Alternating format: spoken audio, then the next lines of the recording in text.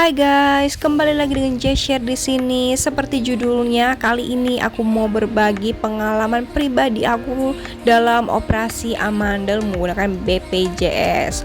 Oke, pertama kita harus minta rujukan dulu ya, sesuai dengan vaskes yang tertera di aplikasi BPJS kita. Nah, setelah itu kita dikasih pilihan RS mana aja yang direkomendasiin dari mereka, dan kita bisa pilih mana yang terdekat dengan lokasi rumah kita. Hal ini bertujuan untuk mempermudah kita kalau bolak-balik kontrol ke rumah sakit setiap minggunya. Jadi kita itu tidak merasa terbebani karena jarak yang terlalu jauh. Nah, saran dari aku jangan pilih RSUD. Kenapa? Karena RSUD itu lebih ramai pasiennya. Jadi aku pilih rumah sakit swasta. Aku lebih prefer ke situ ya guys. Selanjutnya ini adalah 5 tahap sebelum operasi tonsilektomi. Nah, di minggu pertama aku disuruh ronsen hidung dan tenggorokan. Ini gunanya untuk melihat atau memastikan apakah amandel kita itu udah sangat membesar, ataukah masih normal, ataukah sudah mengganggu jalur pernafasan. Jadi untuk laporan juga di BPJS-nya ya guys. Nah, di poin kedua disuruh, atau di minggu kedua ya, ini disuruh cek darah. Nah, cek darah ini bertujuan untuk ya mengecek kalau kita tuh apakah ada kelainan darah kah atau sebagainya. Jadi kita tuh buat dites apakah kita layak untuk dioperasi. Nah, terus di minggu ketiga kita disuruh ronsen paru. Hal ini juga bertujuan untuk mengecek apakah kita layak untuk dioperasi atau tidak. Terus di poin keempat atau di minggu keempat kita direkomendasikan untuk konsul ke dokter penyakit dalam. Ini untuk memastikan apakah kita punya riwayat penyakit dalam yang sekiranya bisa menghambat atau mengganggu operasi nanti. Nah, contohnya salah satunya aku. Di sini aku terdeteksi punya hipertensi. Jadi ini hipertensinya tuh udah tinggi ya. Terakhir aku di tensi 185/90. Nah, setelah dikasih obat sama dokter penyakit dalam, itu pun masih 140. Jadi awalnya mau dibatalin operasi aku, tapi menurut dokternya dikasih kesempatan, tapi dengan salah satu syaratnya yaitu rajin minum obat yang dia kasih, yaitu obat penurun darah tinggi. Jadi di sini buat memastikan atau mendeteksi kita punya penyakit apa ya sebelum operasi, sehingga operasi kita nanti akan berjalan secara lancar, tanpa hambatan dan tanpa akibat yang fatal ya. Terus di poin kelima atau di minggu kelima, aku setelah disuruh urus persyaratan operasi, terus disuruh urus administrasi operasi, aku juga disuruh swab antigen karena ya rumah sakitnya juga masih menerapkan protokol kesehatan COVID. Dan aku hanya boleh ditemenin sama satu orang pada saat operasi atau dirawat inap nanti. Juga ada peraturan tidak ada jam besuk atau kunjungan gitu. Jadi benar-benar steril, gak ada orang yang keluar masuk di area rawat inap aku. Cuma satu orang yang nemenin untuk menjaga kita terhindar dari COVID. Nah, selanjutnya ini praoperasi. Praoperasi itu aku disuruh datang jam 5 subuh dan juga disuruh puasa 8 jam, tidak makan dan tidak minum dari jam 7 sampai jam 15. Karena aku operasinya pukul 15.00. Selanjutnya kita ke cerita operasinya ya. Di sini aku operasinya itu dari jam 15.00 sampai 17.00. Jadi operasinya itu aku dibius total, dan menurut aku nggak merasakan apa-apa ya, kayak orang tidur aja gitu. Nah, sesudah operasi juga aku nggak ngerasakan apa-apa yang kayak ibarat perih yang gimana-gimana gitu, nggak gitu, nggak semengerikan kayak cerita-cerita orang yang ada di YouTube gitu. Yang aku juga searching di YouTube pengalaman orang, dan menurut aku itu cuma membuat aku ciut sampai aku di titik dimana aku hampir mau batalin operasi aku, karena ya nyali aku tuh ciut gitu loh. Jadi kayak aduh nanti pedih ya, aduh nanti sakit ya, aduh kayak gimana, pokoknya di otak aku tuh udah ya banyak banget pikiran segala macam tentang operasi amandel ini. Tapi satu sisi aku mikir lagi, aku udah ngurusin administrasinya, terus aku juga udah booking kamar rawat inapnya. Kalau aku batalin H-1 operasi itu bisa diamukin banget aku sama pihak rumah sakitnya kan. Jadi berabe nanti urusannya, dan akhirnya aku ya udah pasrah aja sama yang di atas, terus berdoa ya semoga diberikan kesehatan dan semoga nggak semengerikan yang ada di otak aku gitu kan. Pokoknya optimis aja dengan tujuan resolusi 2023 jadi manusia yang lebih sehat gitu ya kan. Ada perubahan lah dari tahun kemarin. Nah, balik lagi ke topik, ya menurut aku operasinya itu kurang lebih 1 jam karena kebanyakan itu ya kayak persiapan sampai nama kita dipanggil untuk masuk ke ruang operasinya, karena ini posisinya aku di ruang tunggu operasi ya. Jadi sambil diinfus disuruh duduk kayak sambil persiapan, terus ditanyain kayak minum obat apa, punya alergi apa, segala macam lah gitu, kayak persiapan kayak gitulah. Terus akhirnya nama aku dipanggil untuk masuk ke ruang operasi. Jadi di situ aku operasi yang nggak inget apa-apa lagi ya, udah nggak tahu apa-apa, pokoknya udah tidur aja gitu.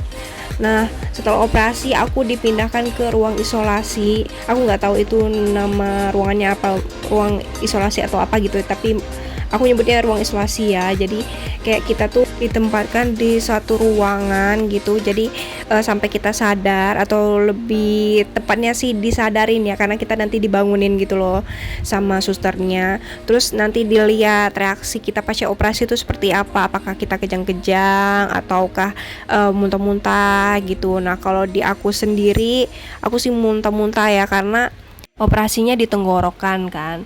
Jadi otomatis cairan betadin, darah dan lain-lain itu langsung masuk ke tenggorokan, dan juga kita kan puasa 8 jam dimana lambung kita itu kosong, sehingga asam di lambung itu ditambah dengan cairan betadin plus darah bercampurlah di dalam lambung dan menyebabkan aku muntah ya, karena asamnya itu kan jadi banyak ya di lambung.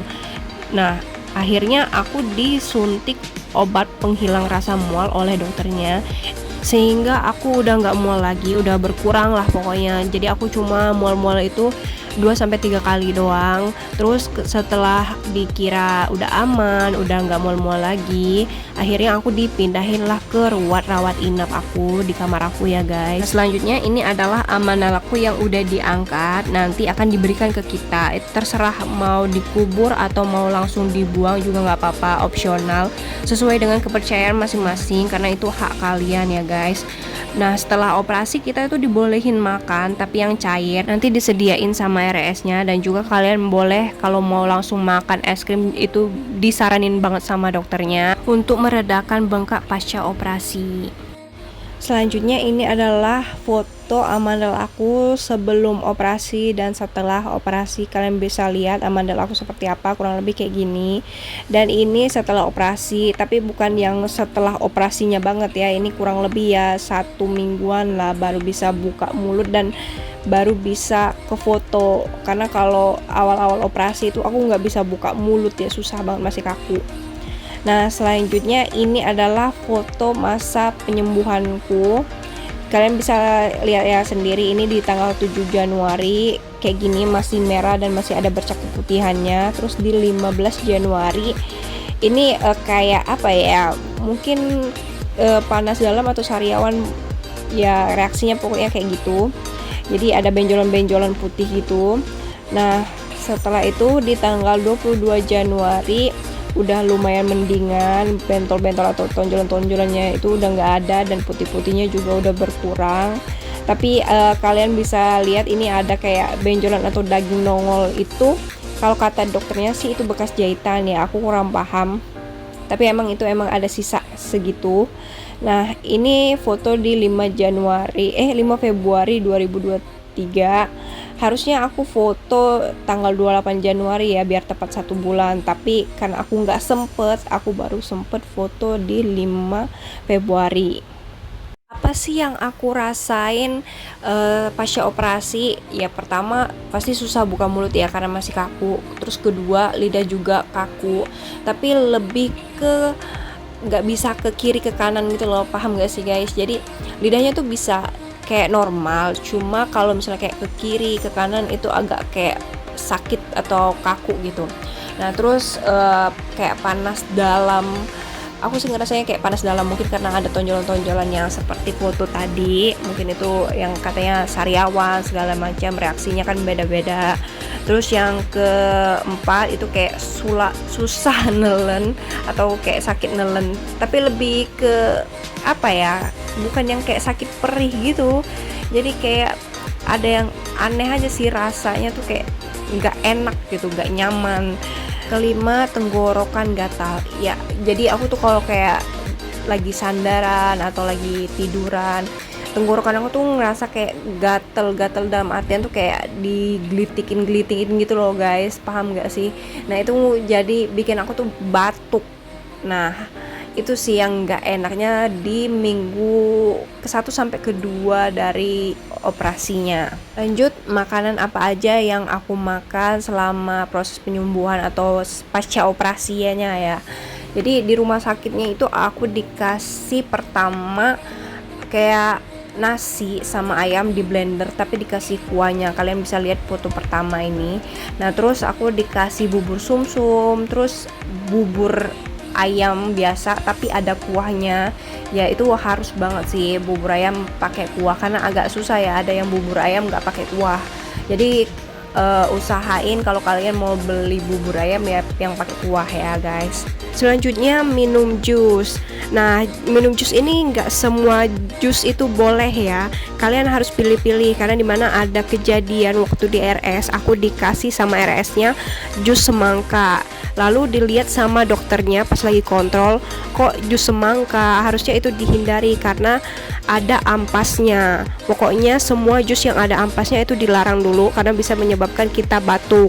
Alhasil kan bisa pendarahan. Jadi kalau bisa pilih jus yang lembut dan halus. Nah di sini aku pilihnya jus alpukat ya guys. Terus kalau aku pulang dari RS gitu, udah pulang ke rumah nih, aku biasanya minum susu kedelai seperti yang di foto ini. Ini contohnya aku minum susu kedelai yang ini. Terus buburnya aku pilih bubur yang kemasan instan ini juga bisa, tapi airnya dibanyakin. Nah ini kan nggak ada kuahnya ya, kalian juga bisa pilih misalnya makan bubur ini terus sambil makan minum ya, kayak gitu aja biar memperlancar juga di tenggorokan ya, makanannya biar masuknya tuh lancar gitu ya, paham ya guys. Oke, selanjutnya cara aku minum obat puyer. Kalian tahu sendiri ya, obat puyer itu pahitnya nauzubillah. Makanya di sini aku kasih tips kalau minum obat puyer itu aku pakai bantuan jus alpukat. Caranya yaitu kita ambil sedikit jus alpukatnya, terus kita tuang obatnya dan kita campur sedikit lagi jusnya biar gampang diaduknya. Jangan sampai rata-rata banget sih, tapi setidaknya ya udah nggak menggumpal lah bubuk-bubuknya itu. Pokoknya sekiranya aja ya yang menurut kalian ini nggak akan pahit, jadi dituangin lagi. Terus jangan lupa ada air putih ya. Hal ini bertujuan buat memperlancar aja obatnya ke tenggorokan. Kan jus juga nggak cair-cair banget. Jadi minum jusnya yang udah dicampur sama obat, terus langsung minum air putih. Itu menurut aku meminimalisir banget rasa pahit dari obat puyernya ya. Pokoknya kalian perhatiin aja baik-baik cara aku mengaduk atau minum obat puyer inilah gitu ya kira-kira. Jadi kurang lebih kayak gini caranya. Atau juga bisa dengan bantuan susu kedelai. Caranya bukan yang kayak gini ya, tapi puyer sama air udah diaduk tuh di sendok. Setelah itu kita masukkan ke mulut tuh obat puyernya. Emang pahit ya, tapi untuk menetralkan rasa pahitnya itu kita langsung buru-buru tuh minum susu kedelai. Nah disitulah jadinya netral lagi, rasa pahitnya udah menghilang. Oke, jadi berdasarkan pengalaman aku yang udah aku lewatin selama operasi amandel ini, aku cuma bisa ngasih saran ke kalian. Kalau dikasih opsi mau rawat inap, ya rawat inap aja selama mungkin. Jangan kayak aku yang buru-buru mau pulang. Karena waktu itu ya kebentrok juga sih, mau tahun baruan. Jadi aku mikir ya aku nggak mau tahun baruan di rumah sakit, makanya aku buru-buru pulang. Tapi saran banget dari aku ya, harus wajib kalian taati, lebih baik pilih rawat inap aja lama-lama di rumah sakit. Kenapa aku bilang gini? Karena biar cepet sembuh guys. Kalau di rumah kan kita bertemu banyak orang, belum lagi dibesuk, dimana kan otomatis kita jadi banyak ngobrol. Padahal kita dilarang banyak berbicara kan sama dokter, dan juga jadi banyak gerak. Jadi nggak bener-bener bed rest loh badan kita itu. Dimana kan badan kita kan lemes ya, akibat asupan makan yang berkurang. Nah kalau di rumah sakit enak dikasih infusan, jadi ada energinya lah gitu. Terus kalau di rumah kita kan harus minum obat ya, obat puyer. Nah itu kan pahitnya uzubillah guys. Jadi kalau di RS kan enak, dikasih obatnya itu melalui infus, jadi nggak berasa sama sekali. Nah terus kalau di rumah kita tuh nyari makanan tuh susah, nggak semua yang kita mau itu ada di dekat rumah kita ya kan.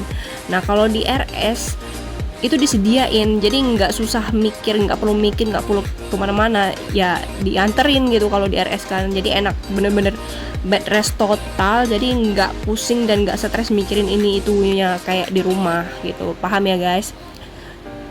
Terus kalau mau minum obat, yaitu aku udah kasih tahu di video tadi, kalau minum obat puyer itu pakai bantuan jus atau susu kedelai atau minuman yang perasa gitu buat meminimalisir rasa pahitnya. Terus jangan banyak berbicara, terus rajin minum air putih ya guys yang banyak, karena kayak produksi lendir di tenggorokan itu rasa kayak banyak banget, jadi mesti banyak minum air putih biar nggak panas dalam juga ya. Kalau menurut aku tuh untuk makan, aku biasanya kayak makan 1 sendok nih, terus aku minum, makan 1 sendok terus minum. Itu kenapa kayak gitu? Karena abis operasi aku ngerasa agak seret ya tenggorokan aku, jadi kalau makan itu butuh dorongan, yaitu dengan bantuan air minum tadi. Jadi abis makan minum abis makan minum, biar bener-bener telan di tenggorokan aku gitu guys. Oke, penutupnya aku cuma mau bilang ke kalian, pokoknya jangan takut operasi amandel, karena operasi amandel itu tidak semengerikan seperti yang orang-orang ceritakan atau yang seperti kalian bayangkan di kepala kalian. Punya masalah mah juga kalian gak perlu khawatir, karena nanti dikasih obat sama dokternya untuk biar lambung kalian gak sakit karena gak makan kan. Jadi menurut aku ini aman banget, dan sekarang juga aku ngerasa enak banget, tenggorokan lebih plong, dan insya Allah sekarang badan aku jadi lebih enakan, dan semua penyakit semoga tidak ada yang balik lagi ya guys. Terus aku juga seneng ada hikmahnya di balik aku operasi amandel, berat badan aku jadi berkurang. Yang biasanya aku berat badannya 57, aku emang niat mau ngurangin berat badan tapi susah banget.